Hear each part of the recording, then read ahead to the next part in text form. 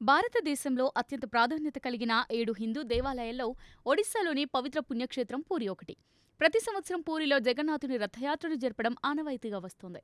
ఆషాఢ మాసంలో ఇక్కడ జరిగే ఉత్సవాన్ని దర్శించడానికి ప్రపంచంలోని నలుమూలల నుంచి భక్తులు వస్తారు. ఈ ఆలయానికి హిందూ భక్తుల్లో ప్రత్యేక స్థానం ఉంది. వేలాది మంది భక్తుల కోలాహలంతో కలకలలాడిపోతుంది. జగన్నాథుని రథయాత్రను వీక్షించేందుకు భారీ ఎత్తున ప్రజలు పటిష్ట బందోబస్తు మధ్య రథయాత్ర అంగరంగ వైభవంగా జరుగుతుంది. శ్రీకృష్ణుడు, బలరాముడు, వారి చెల్లెలు సుభద్ర, ఈ ముగ్గురు వివాహితులు అయినప్పటికీ ఈ క్షేత్రంలో దంపతులుగా మాత్రం కనిపించరు.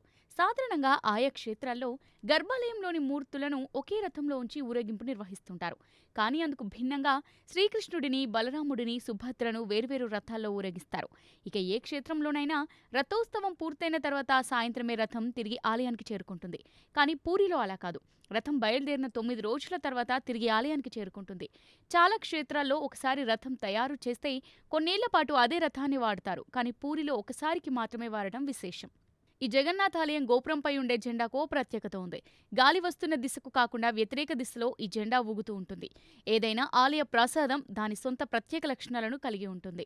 సాధారణంగా ఆలయంలో భగవంతుని ఆశీస్సుల రూపంలో భక్తులకు అందించే ఆహారాన్ని ప్రసాదం అంటారు.